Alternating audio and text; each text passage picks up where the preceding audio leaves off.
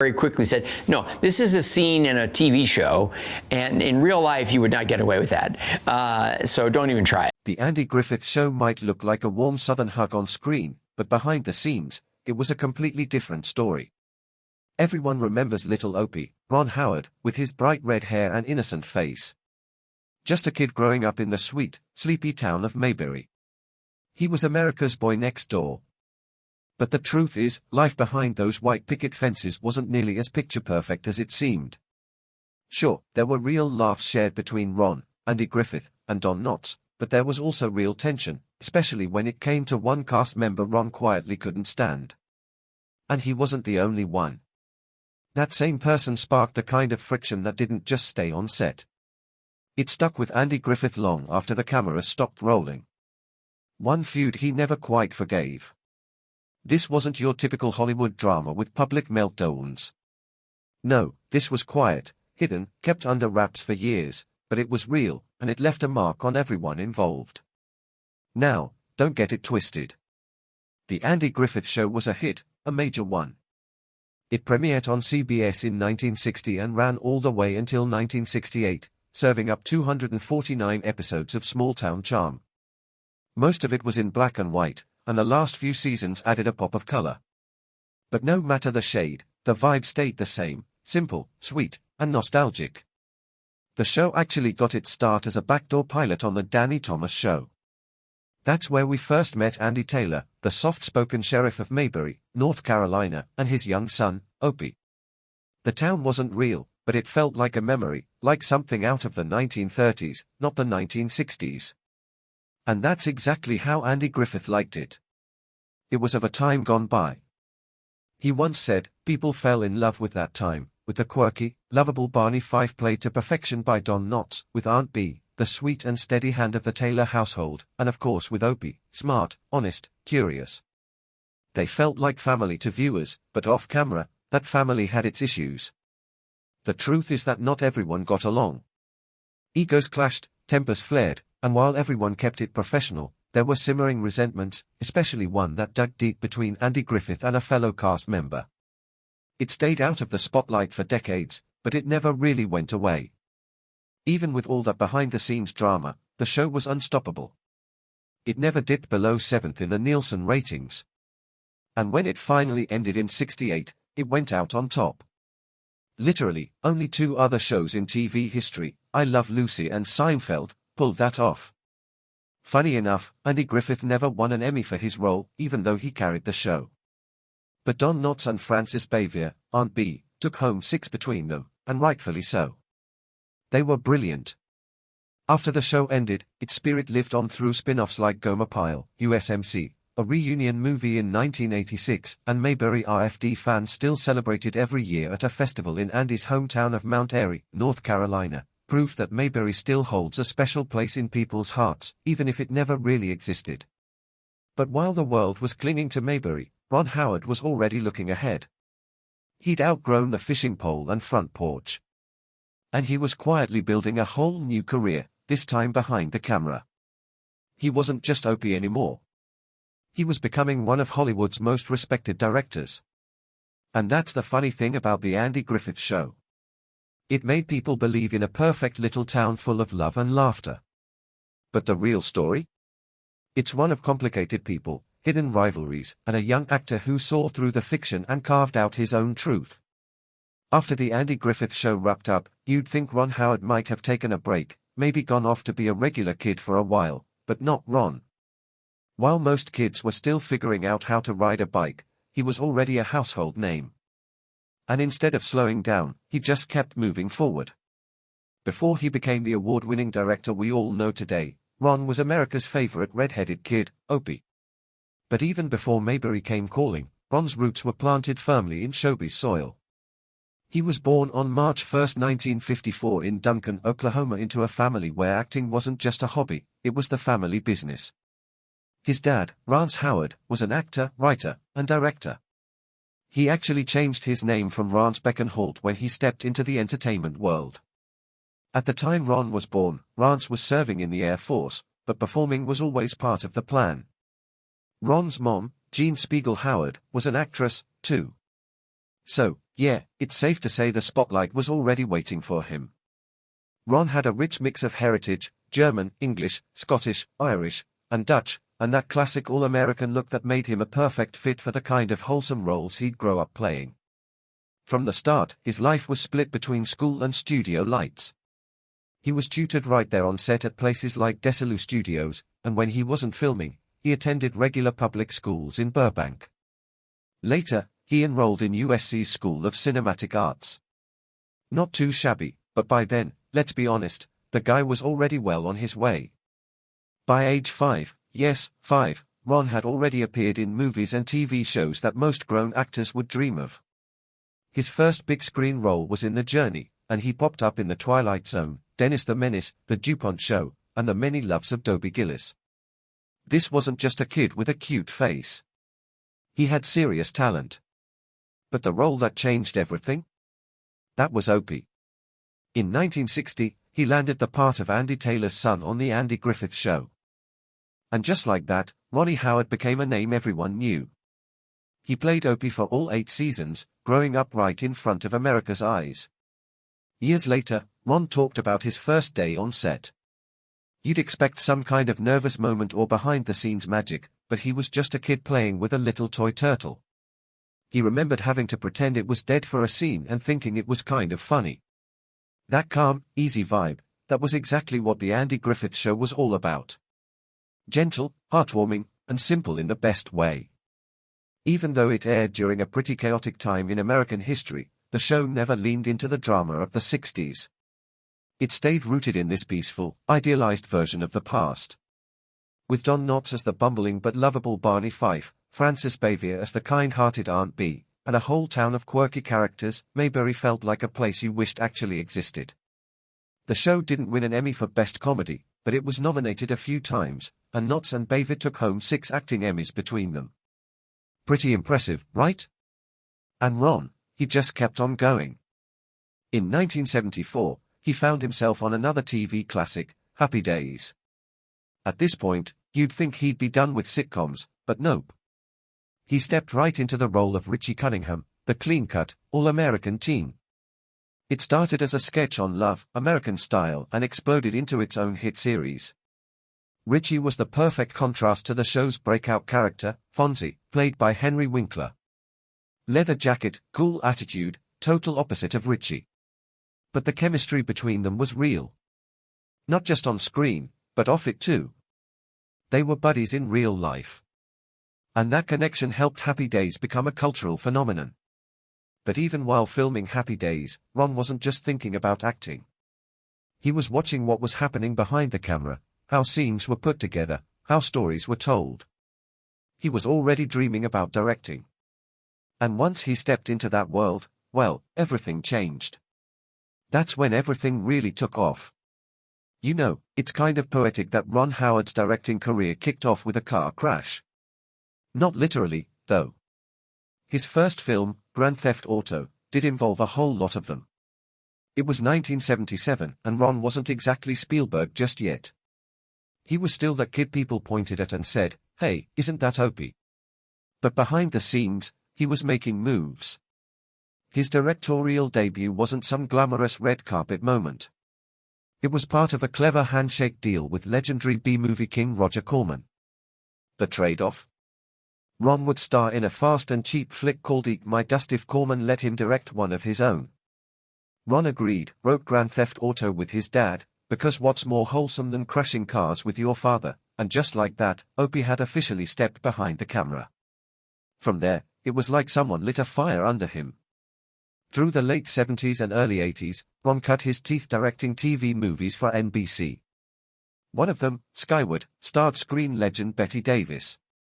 Now, imagine this, Ron Howard, barely in his 20s, directing one of Hollywood's most iconic and intimidating actresses. Talk about trial by fire. But he held his own and proved he wasn't just a child star who got lucky. Then in 1982, things really took off with Night Shift. It was wild, ridiculous, and perfect, a comedy starring Shelley Long, Michael Keaton in full manic glory, and Henry Winkler. Yes, the Fonz himself. That movie didn't just show Ron had directing chops. It showed he could balance chaos and heart like a pro. And just when people were starting to say, okay, maybe he's got something here, Ron dropped Splash in 1984, a mermaid romantic comedy with Tom Hanks, Daryl Hannah, Eugene Levy, and John Candy. It had fantasy, romance, fish jokes. What more could you want? It was a box office hit and proved that Ron Howard could do it all, make you laugh, make you feel, and make Hollywood money. It's kind of amazing when you think about it. 1 minute he's a 5-year-old pretending a plastic turtle is dead on the Andy Griffith Show. The next he's directing Tom Hanks falling in love with a mythical sea creature. Growth. But before all the awards, the blockbuster hits, and the directing legend status, Ron got a front row seat to something much messier, the real drama on the set of the Andy Griffith Show. And no, we're not talking about Otis the town drunk or Ernest T. Bass throwing rocks. We're talking about a slow-burning feud that lasted longer than most TV reboots. America's favorite TV aunt and uncle, Sheriff Andy Taylor and Aunt Bee, radiated kindness, comfort, and cornbread on screen. But off-screen? Yikes. Things were chilly, icy even. Andy Griffith and Frances Bayville were icons of mid-century television. Their characters felt like family to viewers, warm, wise, and always ready with a life lesson. But when the camera stopped rolling, those warm fuzzies melted fast. Turns out Frances and Andy didn't really get along at all. Now, it wasn't a dramatic shouting match kind of thing, more like polite tension that could freeze your coffee. Frances was deeply private, incredibly serious about her craft, and not one for small talk or backslaps. Andy, on the other hand, was charismatic, playful, and loved joking around. Basically, she was all business and he was all barbecue. Some saw her as difficult, but it wasn't that simple. Frances had standards. She took her work seriously and didn't have much patience for what she considered goofing off. Director and co-star Howard Morris once said working with her was like navigating a landmine. Ask her to move a few inches for camera framing. You might get a polite nod or a firestorm. It depended on the day. Even Ron Howard, who had nothing but praise for Andy Griffith, remembered that things weren't always sunshine and rainbows on set. But the story doesn't end there. Years after the show ended, Andy decided to do something bold. He showed up at Frances Bayville's house uninvited, hoping to patch things up. Sounds sweet, right? Unfortunately, Frances didn't think so.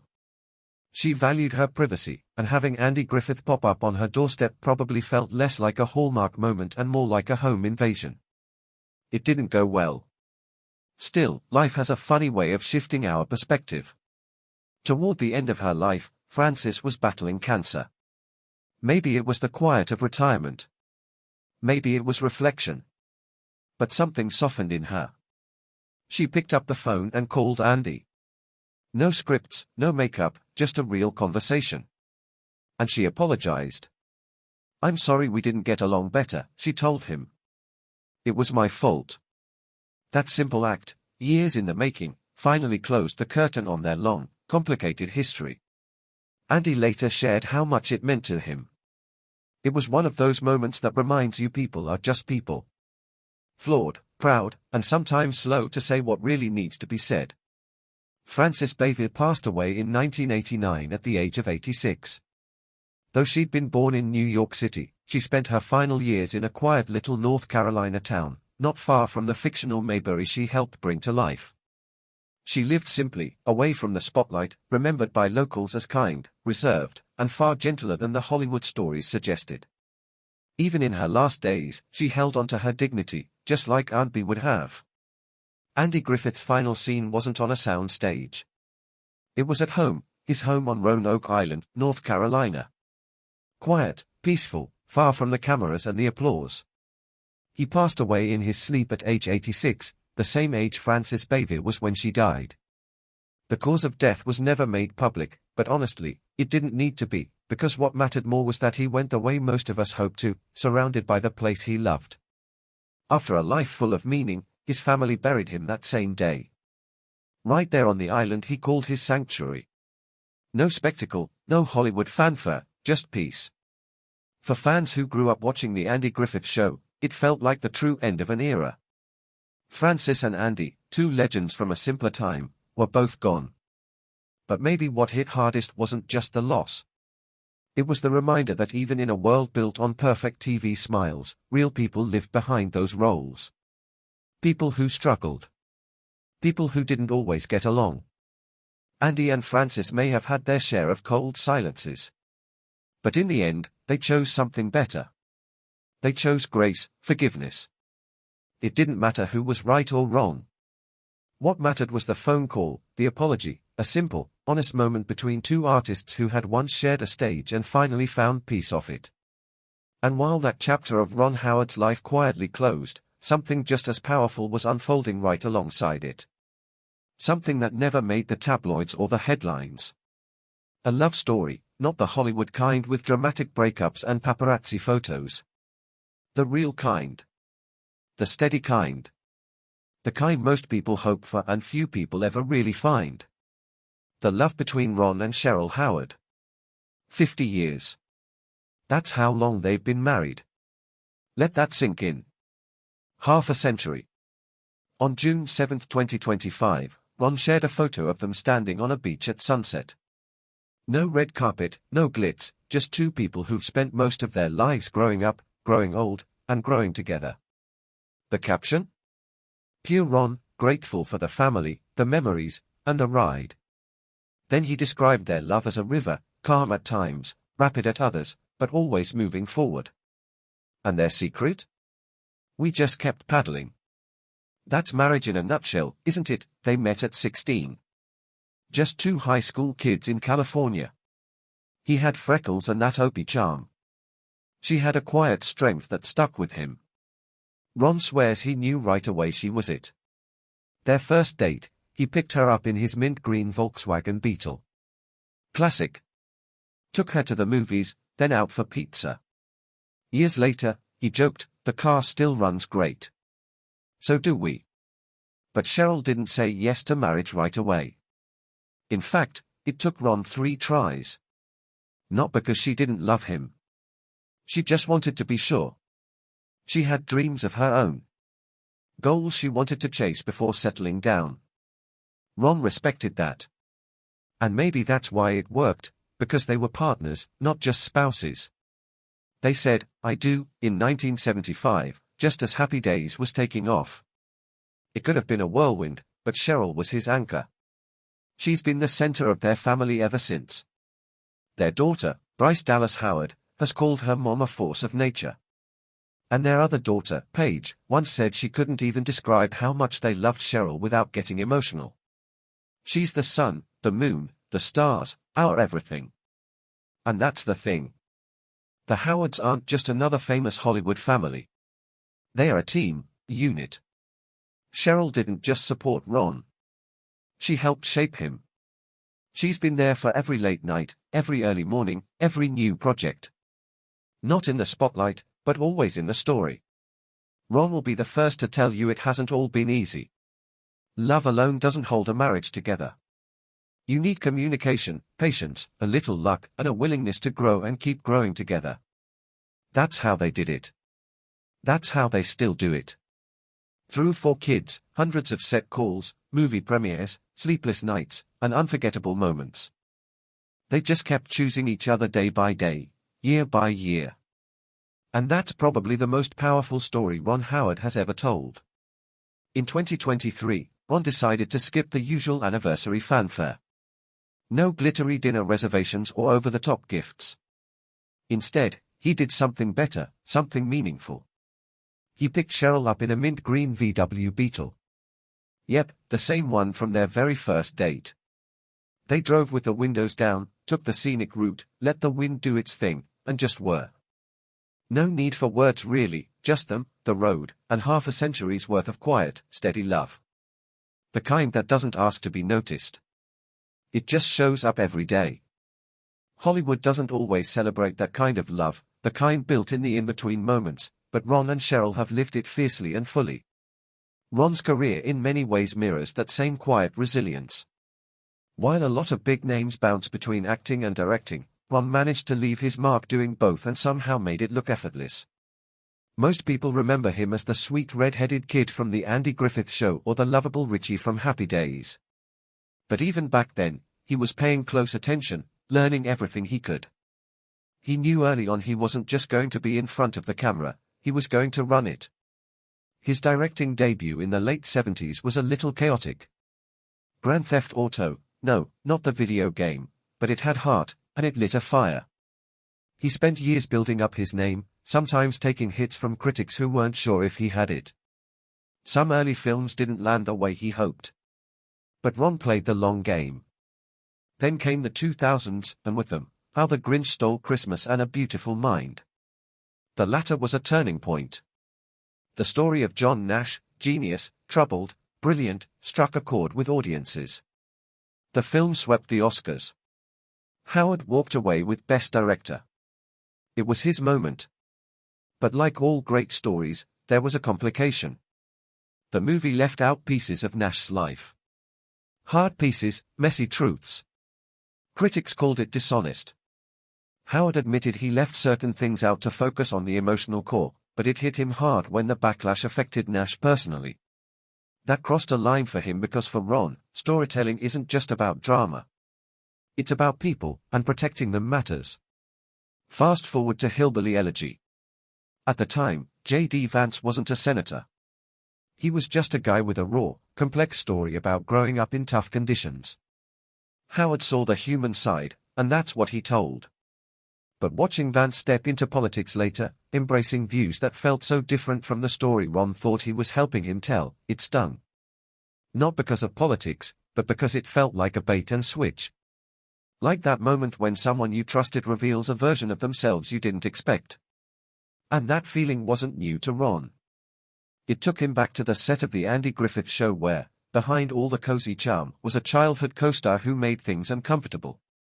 Frances Bavier, the actress behind Aunt Bee, was nothing like her on-screen persona. She was distant, cold, and never made Ron feel welcome. One scene in particular where Opie had to eat jar after jar of Aunt Bee's terrible pickles was especially rough. Ron hated pickles, but worse than that was acting across from someone who made him feel small. He never made a fuss about it, not even later. But that chill stayed with him.